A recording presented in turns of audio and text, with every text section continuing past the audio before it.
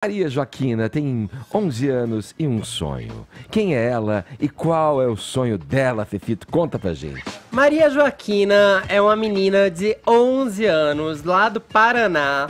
Ela mora em Curitiba. E Maria Joaquina, veja você, ela já ganhou vários prêmios, várias competições de patinação. Ela participou do Campeonato Paranaense em 2017, em 2018, foi inscrita no Campeonato Brasileiro.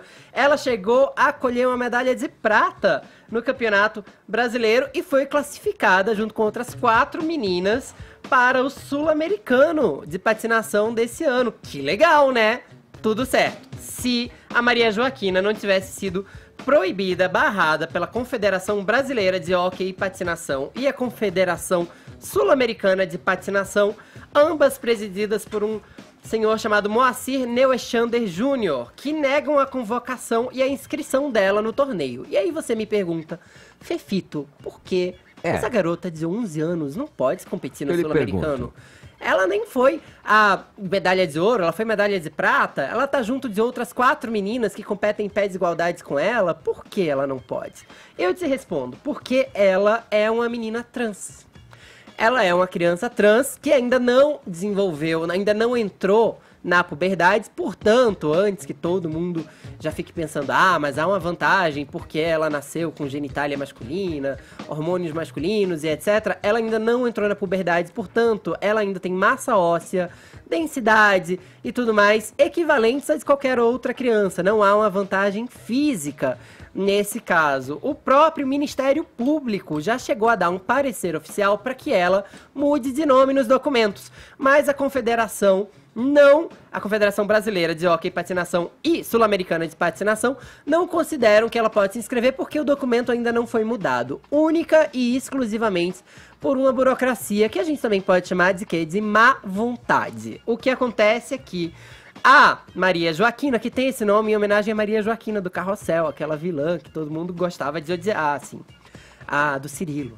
Ela agora teve que entrar em regime de urgência com uma ação no STJ para ver se consegue ser liberada, porque fisicamente não há nenhum impedimento. Inclusive, ela já participou de outras competições oficiais.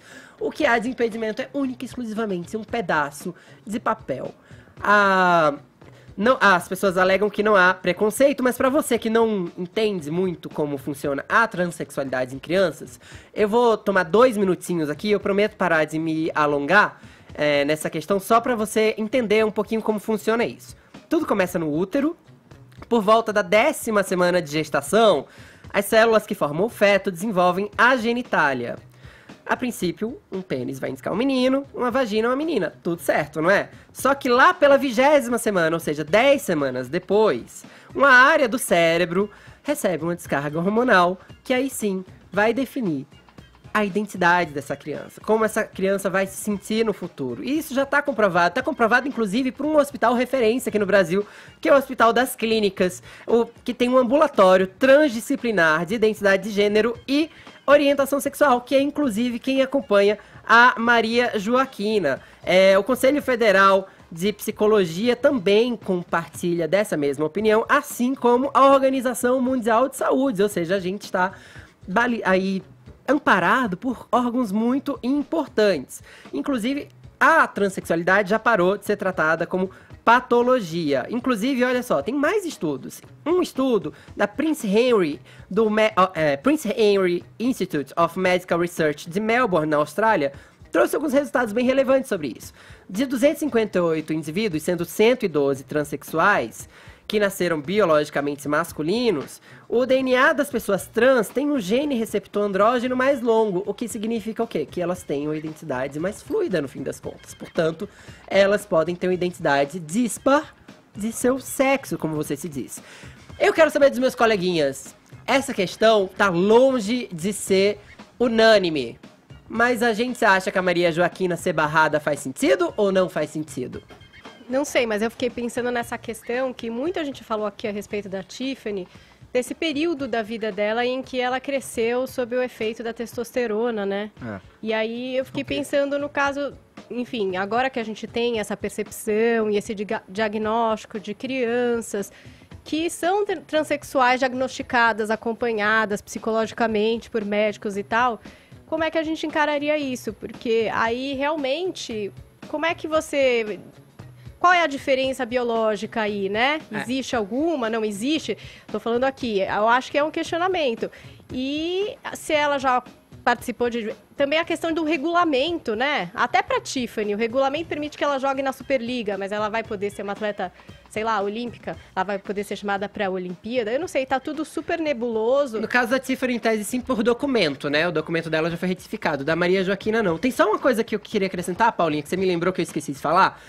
Adolescentes, quando entram em puberdade, eles podem usar bloqueadores de puberdade até que eles tenham certeza, porque eu entendo que muita gente tenha dúvidas ou tenha medo que a criança mude de ideia no futuro. Nos Estados Unidos e em vários outros países, o que acontece aqui? Se toma um bloqueador de puberdade, ou seja, essas descargas que trazem características mais masculinas e ou femininas, dependendo do transgênero de que a gente esteja falando, elas são inibidas por alguns remédios. Se a criança ou adolescente muda de ideia no futuro, ele para de tomar e todas essas características voltam instantaneamente ao corpo. Claro, quando se passa dos 18 anos, não tem mais como recuperá-la, mas há um período aí de maturação disso. Inclusive, há casos muito bem sucedidos, como de uma garota chamada Jess Jennings nos Estados Unidos. Então, assim, tem como impedir que um corpo masculino, vamos colocar aspas aqui, se desenvolva, nesse caso, do esporte, por exemplo. Vamos ver o que os amigos pensam a respeito, mas eu confesso que tô um nó na minha cabeça, porque assim,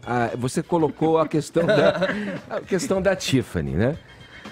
No caso da Tiffany e da Maria Joaquina, eu vejo que as características de cada esporte demandam questões diferentes. Sim.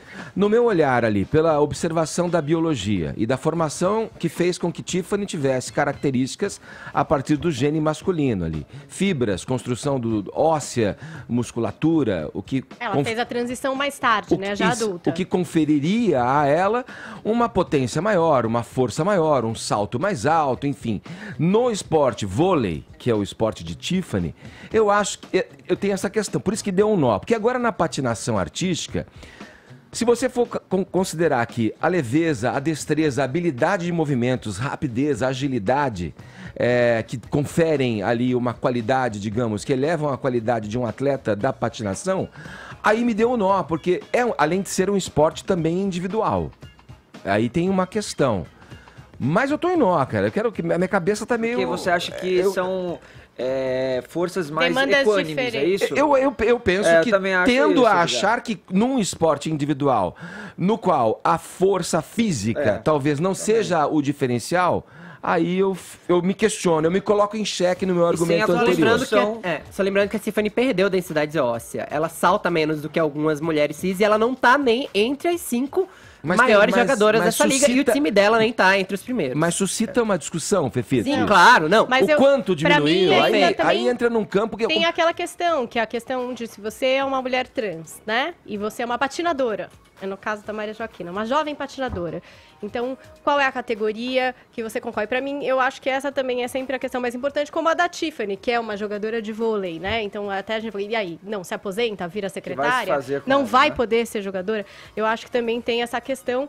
E na questão da Maria Joaquina, até das documentações dela que não saíram, que é isso que tá causando todo o entrave aí, porque nos documentos dela, ela ainda é um menino. Porque ao dizer que é o documento que proíbe ela de competir, eles basicamente dizem que fisicamente não há nada de errado com ela e ela pode competir em pé de igualdade. E entra no âmbito social também, exatamente, né? por causa moral. Bom, em primeiro lugar, a nossa solidariedade aí, né, pelo sofrimento psicológico da jovem Maria Joaquina, da família dela. Eu não consigo nem imaginar pelo que essa menina está passando. Mas o ponto é que o direito esportivo, ele não pode acompanhar os direitos sociais, os direitos personalíssimos, porque a genética, ela tem que ser incorporada, né, na questão esportiva. Biologicamente, a Maria Joaquina não é uma menina. Isso dá, sim, uma vantagem injusta, usar a terminologia americana, né, o unfair advantage, porque, portanto, não faz sentido você ofender o direito das outras crianças para satisfazer a pretensão de uma criança só. Eu acho que é uma falácia você negar o dimorfismo sexual na infância e na pré-adolescência. Tanto é verdade que se você comparar os desempenhos dos times infanto-juvenis, masculino e feminino, você vai perceber números desafios mais expressivos no desempenho masculino, relacionados à força física, aptidões, isso falando, lógico, numa situação média. Só que aqui eu achei muito legal uma citação da própria Maria Joaquina, que ela assim, disse? olha que sensatez. Para mim, não importa em que lugar eu fique, eles podiam me deixar em último lugar, eu só queria poder participar. Eu achei isso uma solução maravilhosa. Legal. Olha, uma criança dando aí pra gente o caminho das pedras, que é o seguinte, a participação sem concorrer, né? Então, ela satisfaz a pretensão de participar daquilo, entendendo que a natureza conferiu a ela uma característica que não permite ela entrar nesse grupo e, dessa forma, a gente não corre o risco de desrespeitar o direito das outras meninas. Eu queria pedir perdão aí ao ouvinte pela autorreferência, mas eu tenho um vídeo sobre disforia de gênero na infância, publicado em parceria com a Gazeta do Povo, está lá no meu canal, é Caio Coppola, com 2 P's e 2 L's, e, bom, tem vários dados, vários estudos que vão um pouquinho na contramão do que o Fefito trouxe, mas o mais importante é que a maioria dos casos de disforia de gênero, eles se resolvem pela mera passagem do tempo, pela passagem da puberdade. E lembrando sempre que sexualidade não se confunde com identidade de gênero, ou seja, orientação sexual é uma coisa e identidade de gênero é outra, que é aquela inconformidade entre o sexo biológico e a sua autopercepção como homem ou mulher. Fechamos? Eu acho que ninguém vai querer competir se não puder ganhar nada. Não, desculpa, é só Vai porque ele ficar- falou. Eu acho que as pessoas deveriam começar a pensar seriamente sobre isso. Cada vez mais a gente vai ter indivíduos trans na sociedade Sim. e eles precisam ter o seu espaço. E às vezes a gente vai ter que abrir um pouco de espaço nosso. Mas você É vê- difícil Mas você vê abrir a um fala espaço dela, nosso. né? É difícil abrir um espaço Mas a fala nosso. dela não é porque ela quer não competir. A fala dela é porque ela tá tão desesperada para ser encaixada Dadas em algum lugar circunstâncias. que ela está abrindo mão de um direito fundamental, que é o direito de igualdade, de competir em pé de igualdade. Não é uma solução não competir. Acho que essas pessoas têm o direito de competir. Aliás, tá muito na hora da sociedade como um todo entender que as pessoas trans existem, continuarão existindo, sempre existirão. Passem a pensar que elas não estão mais na marginalidade. O mercado de trabalho está cada vez mais aberto para elas. A discussão está cada vez mais discutida.